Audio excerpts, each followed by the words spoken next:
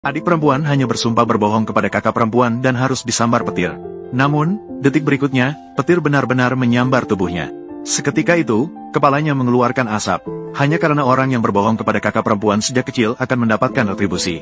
Suatu hari, dia tanpa sengaja mendengar dari ibu angkatnya.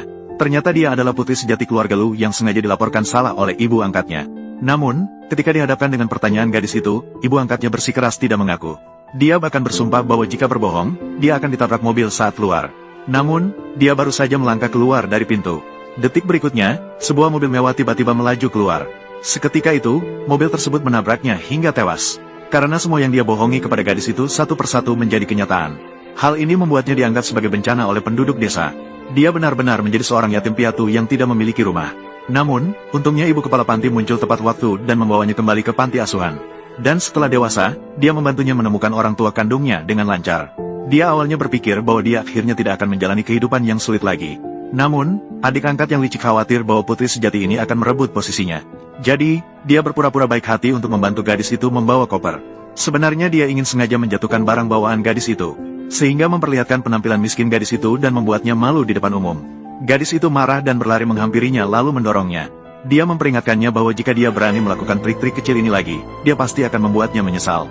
Namun, perempuan licik itu tetap dengan tidak malunya menyatakan. Dia bilang bahwa dia hanya lupa bahwa kedua tangannya baru saja terluka 2 hari yang lalu. Tanpa sengaja, dia tidak bisa mengeluarkan tenaga dan menjatuhkan barang bawaan gadis itu.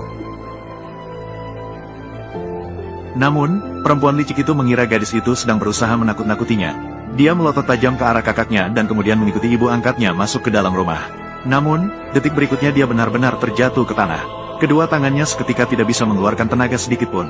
Bahkan untuk mencoba bangkit pun dia harus meminta bantuan orang tua angkatnya. Melihat orang tua kandungnya semua membela perempuan licik itu, gadis itu seketika merasa sangat kecewa dengan kasih sayang yang terlambat ini. Dia tidak menghiraukan mereka dan menarik barang bawaannya sendiri masuk ke dalam rumah. Namun, dia baru saja sampai di kamarnya. Perempuan licik itu tiba-tiba mulai berulah lagi. Dia melemparkan semua pakaian jelek yang tidak diinginkannya ke wajah gadis itu. Tanpa disadari, gadis itu sejak kecil bukanlah orang yang mudah dibuli. Melihat perban yang dibungkus oleh perempuan licik, dia dengan bangga berkata, "Harga yang harus dibayar karena berbohong padaku. Apakah kamu masih puas? Itu hanya kebetulan saja. Jangan bicara sembarangan. Baiklah, coba lagi lain kali." Ini membuat perempuan licik itu sangat marah seketika.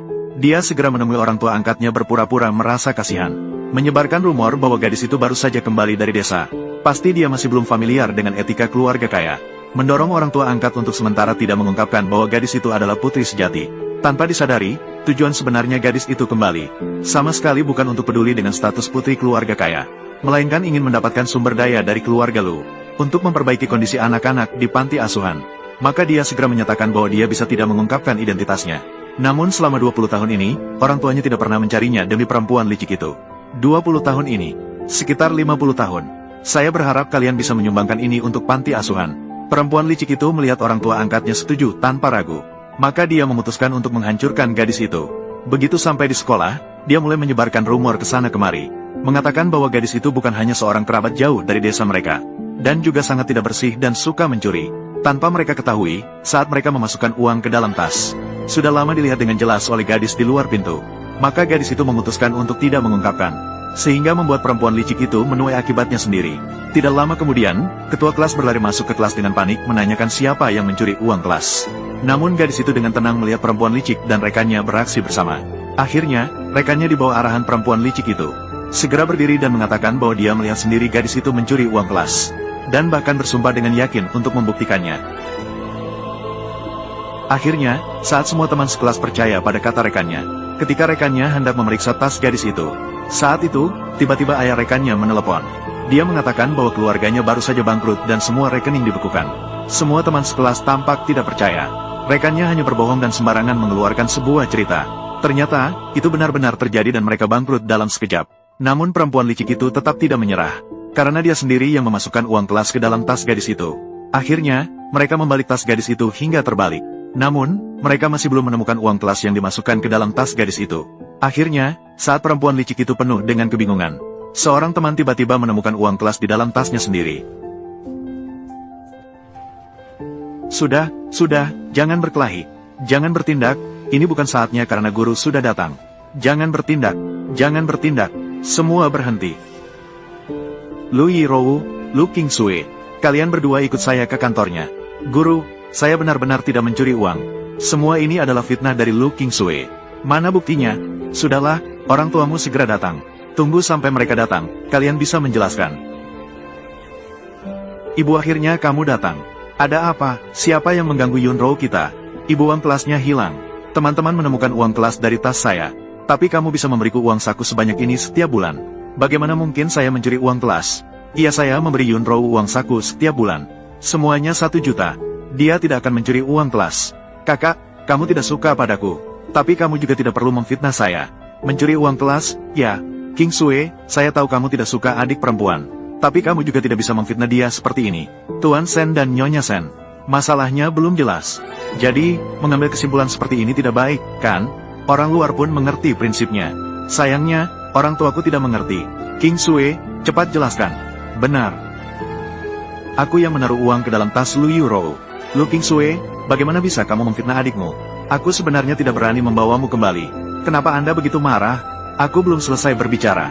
Alasan aku menaruh uang di tas Lu Yuro adalah karena dia yang pertama kali mencari orang untuk menjatuhkanku. Taruh uangnya di tasku, membuatku menjadi sasaran serangan semua orang. Saya baru saja mengembalikan uangnya. Yuro, apakah itu benar? Ayah, Ibu, saya sama sekali tidak. Iya, Yuro bukan orang seperti itu. Dia selalu polos dan baik. Dia pasti tidak akan melakukan hal seperti itu. Baiklah, jika kalian semua tidak percaya, maka aku tanya padamu, Lu Yuro. Apakah kamu berani bersumpah? Apa? Bersumpah. Apakah kamu berani? Jangan berbohong padaku. Jika tidak, akibatnya tidak bisa dibayangkan. Jika aku mengatakan satu kebohongan, keluarga Zhu saya hari ini akan bangkrut. Apa? Keluarga kita bangkrut. Semua rekening bank dibekukan. Kamu tidak berani. Karena kamu bilang, kamu adalah orang yang sengaja menjatuhkan orang lain. Apakah yang dikatakan Kingsue itu benar? Hanya omong kosong, tidak membuktikan apa-apa. Kamu bahkan tidak berani mengatakannya. Cukup untuk membuktikan bahwa kamu punya niat jahat. Omong kosong apa yang sedang kamu bicarakan? Apa yang tidak bisa saya sumpahi? Apa yang saya takutkan? Lu Yuro bersumpah. Jika aku berani menjebakmu, Lu Kingsue, saya disambar petir. Sejak saat itu, menghilang sepenuhnya dari dunia ini. Lu Yuro, kamu lupa. Aku sudah bilang padamu, jangan berbohong padaku. Berbohong padaku, akan ada harga yang harus dibayar. Kamu lihat, sekarang aku tidak ada masalah. Ayah dan ibu percaya padamu. Dia yang memfitnahku. Baiklah, baiklah. Ayah dan ibu percaya padamu.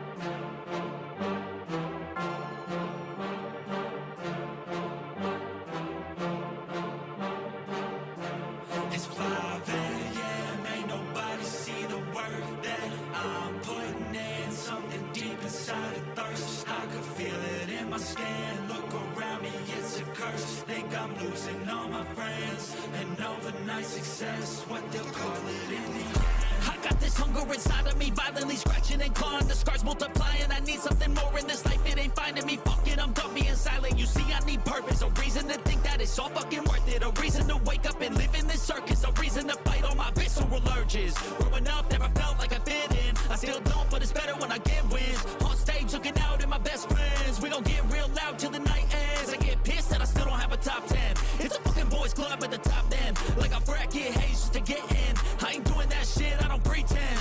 Yeah, I wanna be the best. Always had a drive that I had to beat the rest. Yeah, put me in the game when there's only seconds left. When the game's on the line, yeah, you see me at my best. I can feel it in my heart when it's beating at my chest. That's when I lock in, getting better every breath. That's when I'm all in, I can handle any threat. I ain't never second guess, I know I could be the best. Let me tell you what I know about life. Yeah, the more that you push and the more that you fight is the more that you learn. What you got deep inside is the more that you learn. And you'll find out why. It wasn't ever that cool to be a try-hard, but all the cool kids didn't make it that far. It doesn't take education, it takes smarts. It takes fucking hard work and a full heart. They ain't see the work that I put in. They just see a rock star with a big grin. That's cool, I don't need recognition. I just wanna be free, that's a must win. Try me in a race, I'ma dust them. If the money hot and tell them I'ma bust in. I don't understand, hate all the fussing. Get a job, get a life, go do something. It's 5 a.m., ain't nobody see the work that I'm putting in. Something deep inside a thirst, I can feel it in my skin. Look around me, it's a curse. Think I'm losing all my friends. And overnight success, what they'll call it in the end. I got this anger inside of my veins, pumping adrenaline when I feel pain. I don't know why I was born with this, I feel so torn and shit, I can't ignore it, yeah. I wanna punch till my knuckles are bleeding. I want your best, so when I win, you're defeated. Go ahead, think that my kindness is weakness. I'll use that naiveness. I got a disease and it's choking and squeezing me. I cannot sleep till I get what I'm seeking. Need every dream